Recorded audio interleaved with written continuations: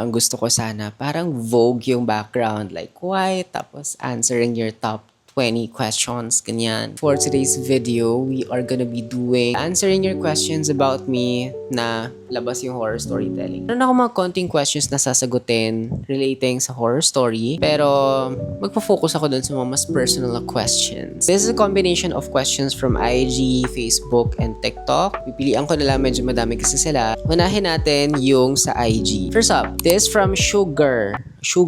I'm curious about your skincare routine. To be honest, paiba-iba. Now, I'm in my minimalist phase pagdating sa skincare. It varies din talaga sa kung ano yung pangangailangan mo. But one thing's for sure, hindi ko kinakalimutan every night na mag-lip balm. Yun ang pinakamahalaga for me. Next is from Ryan R. Brixton. Are you going back pa ba? Photography mo, work ethics mo, ganon? I am still a photographer, guys. Hindi ko lang siya ginagawa professionally, meaning to say, di na ako tumatanggap ng clients. I am still a photographer. I am very happy. Isa yon sa mga skill set na natutunan ko over the years. I think 9 years na yata akong photographer. Kasi at least, di ba, meron akong fallback. Like, pwede ko siya maging side hustle. This is from It's Arnold. Hi, Sean. Just wanna ask if you're okay. To be honest ngayon, I'm just very excited to rest for the holiday break. Puro ako work and alam niyo naman pinagdaanan ko. Open book ako sa social media. You guys know what I've been through. But overall, if I'm okay, yes, I am okay. Kumbaga yung mga pinagdadaanan ko ngayon is something na kaya ko namang i-control. This is from Olivera.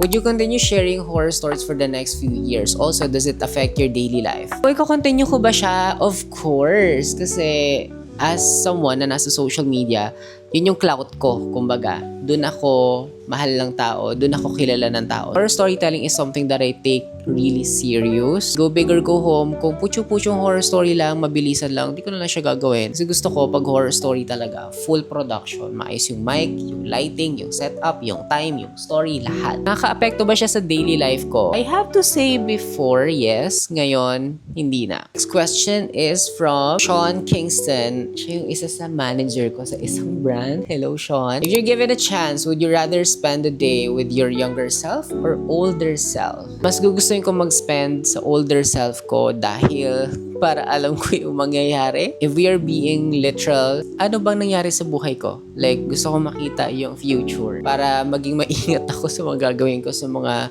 susunod na years. So yes, doon ako sa older self. Let us now head on to Facebook peeps from Mommy. Bakit sobrang bait and generous mo na ako? Alam mong generous ako pero alam mo din yung limitasyon ko. Yes, oo naman, mabait naman ako. Feeling ko naman. Pero I know may limits. Dati go lang ng go. Ngayon, I choose my battle.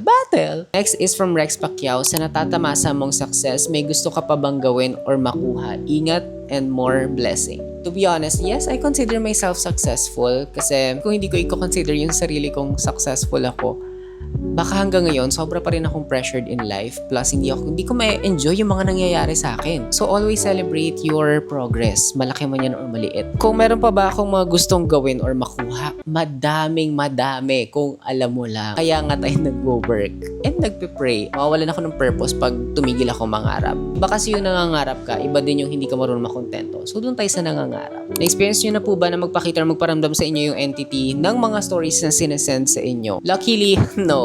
And wala akong pangarap na ma-experience sila. When did you start vlogging lang po? And sino nag-encourage sa'yo na mag-vlog? 2015 pa lang tinatry ko na. So, medyo on and off. Sa TikTok, ang nag-encourage sa akin ay si Self. Tapos, sa horror story, yung boyfriend ko. Dito sa YouTube, ako. And this is my second video pa lang. So, hello guys. Subscribe na kayo kung di pa kayo nakasubscribe. Open po ba kayo for collab or podcast about horror stories? Open naman ako, but not for now. Kasi siguro, ina-establish ko pa yung horror storytelling ko na content. Baga, hindi pa siya super stable. Not for now, but yes, open naman ako.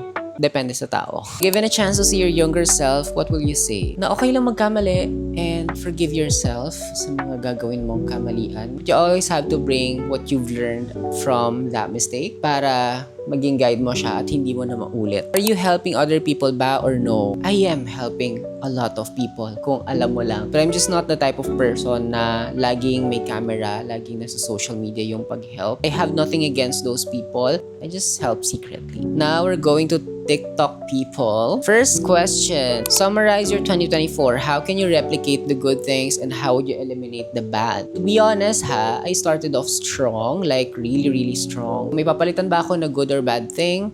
I have to say wala. Naniniwala ako na kapag may mga hindi magagandang nangyayari sa atin, may itinuturo yan. Madami ako natutunan dahil sa mga maling nangyari. Inspiration nyo po to do content na horror story and how did it all start? Your experiences po ba or someone's story? November 2, 2022, I was crying kasi medyo na-frustrate na ako. Wala akong engagement na nakukuha sa TikTok ko noon. I was at 48k followers. Sabi ko, balik na lang ako pagko-call center. Umiyak ako noon. So, pagod na ako mag-makeup. Tapos wala namang nanonood. Then, sabi ng boyfriend ko, bakit di mo try mag-horror habang nagme-makeup? Total yung mga nag-viral mong videos, puro storytelling. Pero hindi horror. So, that's what I did. And then, the rest is history. So, boyfriend ko yung nag-encourage sa akin to do horror storytelling. How do you usually select which horror story you will narrate? To be honest, lately, alam nyo naman na hindi ako pumipili from my audiences. Sobrang dami. As in, ang dami ko natatanggap everyday. Minsan nga kahit sa email eh. Madami online, yung mga celebrity, tapos yung mga haunted din, dami ng article. The way I choose the stories na i-share ko is talagang binabasa ko sila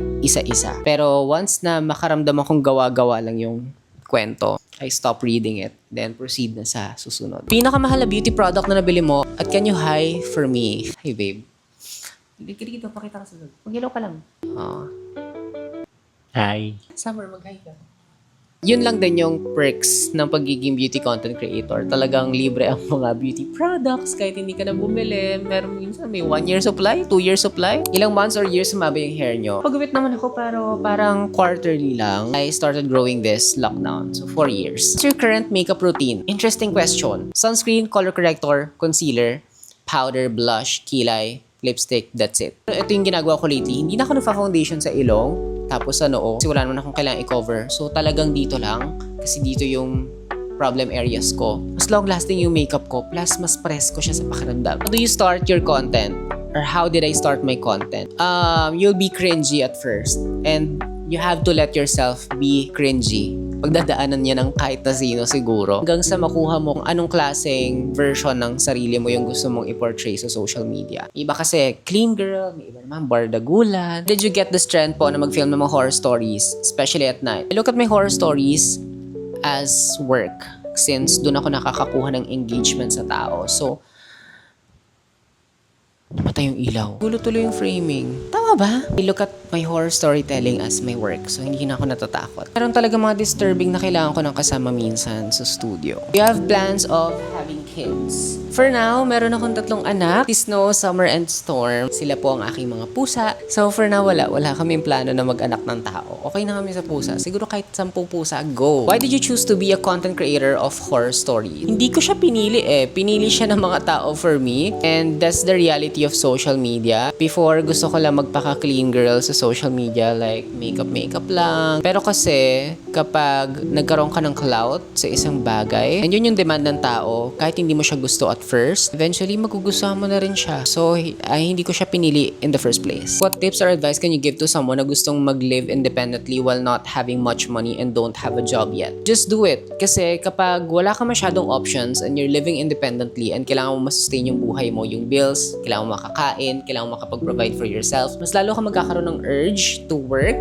to look for a source of income. Ang kahit hindi ako ready noon, nagpaka-independent ako. And yun, nagtuloy-tuloy lang siya. For some people, hindi siya nag-work, eventually kinakailangan nila ng tulong ng iba or bumalik sa family nila. Pero luckily, awa ng Diyos, Lord, thank you po. Ito talaga ang purpose ko and dito tayo nakarating sa pagiging independent at palaban ko in life. Last question na siguro, ang dami ng mga tanong. What's your message to yourself before this year ends? Self, I am so proud of you. Lalabas ka ng 2024 na mas matalino, for sure. Mas alam mo na kung paano pumili ng tao na papapasukin sa buhay mo, mga pagkakatiwalaan. Akala ko, alam ko na before, until nangyari sa akin yung panloloko. If you're a follower of mine sa socials, alam mo kung ano yun. And don't worry, you're gonna be okay. Keep what you're doing. Masipagan mo pa. Yun lang, masipagan mo pa. Kasi aware ako na hindi ko pa 100% yung naibigay ko this year. And that's okay, I guess. For now, happy ako sa naging progress ko. Hi, Snow! Andito ang Snowy, bagong ligo.